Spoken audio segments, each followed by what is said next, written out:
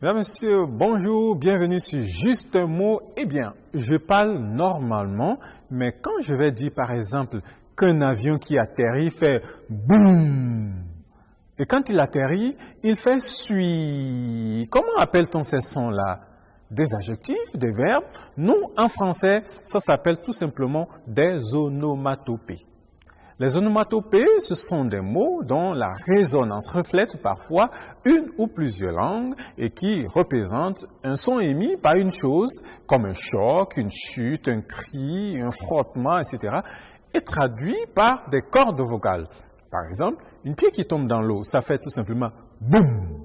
Une voiture qui passe, ça fait vroom, vroom. Ou bien une moto qui ronfle, bon, c'est vrai, ça dépend du carburateur. Et s'il est défaillant, ça peut faire ou ça peut faire boum, boum, boum, boum, boum, boum.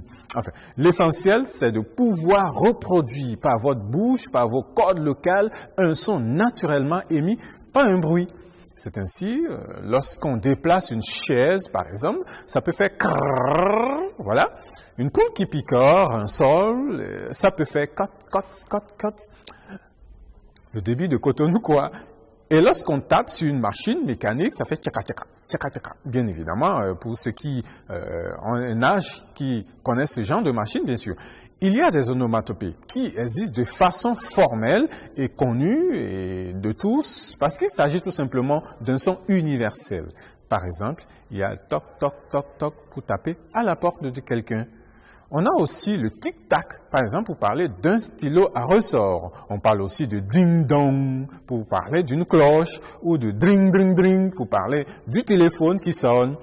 Il y en a qui ont donné leur nom à quelque chose. Il y a par exemple le tam-tam, parce que le son fait sur l'instrument, ça fait tam-tam.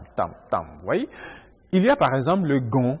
Il y a le cocorico, naturellement, ça représente le chant du coq. Et on parle aussi, par exemple, de blablabla, parler n'importe comment. Et on dit, par exemple, le wagon. Il paraît que le wagon est dérivé du son que produit la locomotive quand elle passe sur les rails. Ne me demandez pas le son que ça produit, ne me demandez pas non plus de reproduire ce son-là. Allez-y vous-même. De la même manière, certains noms dans certaines langues locales sont dérivés des onomatopées. En Bâtonnou, par exemple, on dit poporou juste pour désigner la moto, parce que ça fait popo, justement.